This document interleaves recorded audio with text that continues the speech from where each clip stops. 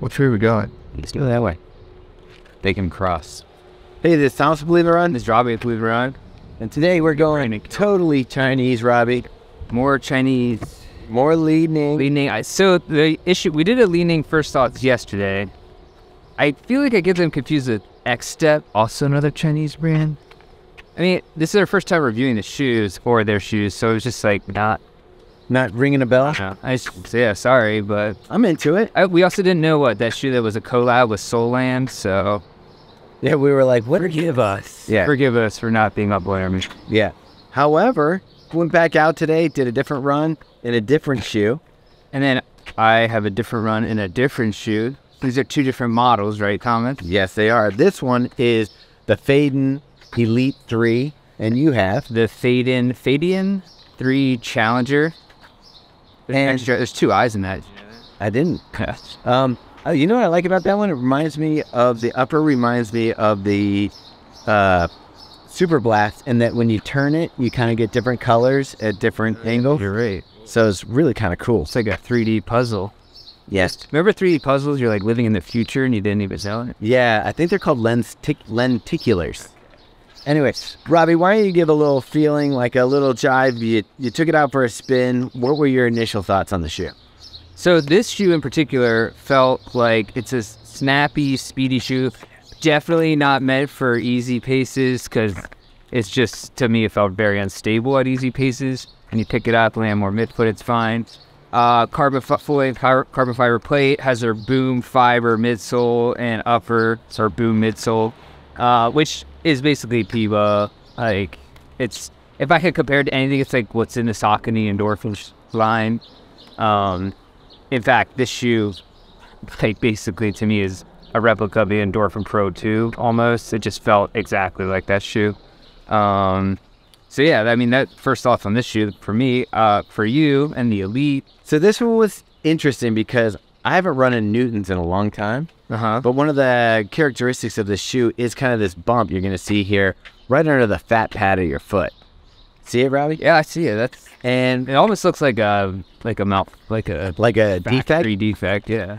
The thing that's interesting about it though is that really gives you an interesting proprioception is when you come off and you toe off, it gives you almost like a flick, and it helps you kind of like engage this carbon plate a little bit more. Surprisingly, do that again. Yeah. Bam! So when you're coming off this toe, you can really feel that toe off, which I like a lot. I forgot how much I liked it.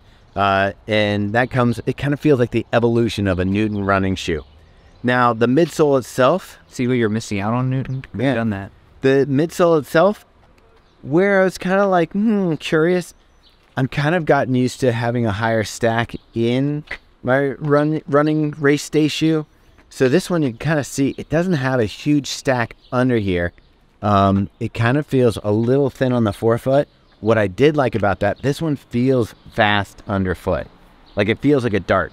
You mentioned again that it's really narrow in here. I love that. Okay.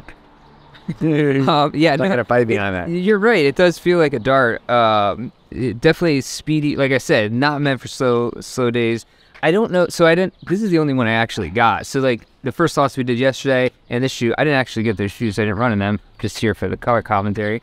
But I don't know like how to compare these two. Well, that's it. Really, even what the difference is. So I got all three. I'll be running in this one as well. The way that I kind of looked at it is that first one, I was thinking the Ultra kind of has a setup similar to, say, the Alpha Fly or maybe the Prime X, where it feels a little more stack. It feels a little higher.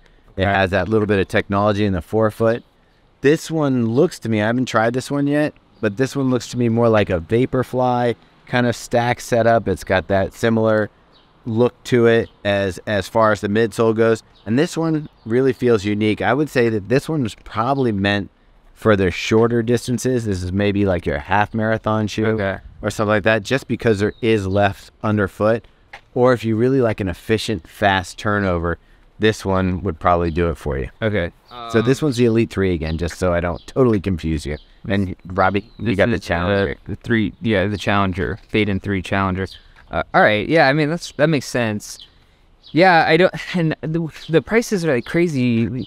we couldn't find exactly what the price was on Li-Ning's website. I think this is like $160 for this one, which honestly, $160 is a carbon fiber plate, and like if you are comparing it to the Endorphin Pro 2, I mean, pretty right in there. Fair, yeah. And this one we saw prices all over the place, everywhere from $317 and all, like lower, but that we couldn't find an exact price for this one either, so we're gonna have to get back to you on that. It's out there. Yeah, but this one weighs around 8 ounces flat. Okay, yeah. I didn't weigh this shoe. Well, we'll find out about that too. It's light. Anyway, so hopefully we can get like a full review on these soon. You know how that's called a Challenger? I don't. Yeah. How I do know? I don't know what that question. I'm gonna say it's called a Challenger. I'm gonna challenge you to catch it. Oh gosh. All right. Wait, hold on. Let me make sure there's no car. Like seriously, Boston. For Okay. There's a bike's coming. Ready? Here we go. That might be our longest reception of the year. Oh, it was? Okay. Here, like a quarterback. All right. Wait. Okay. Ready? Hi. That actually is pretty comfortable. I'm not gonna lie. Robbie's going home with a beanbag. It's kind of fun. Let's do it one more time. All right. Got it. That's a catch. Do you think anybody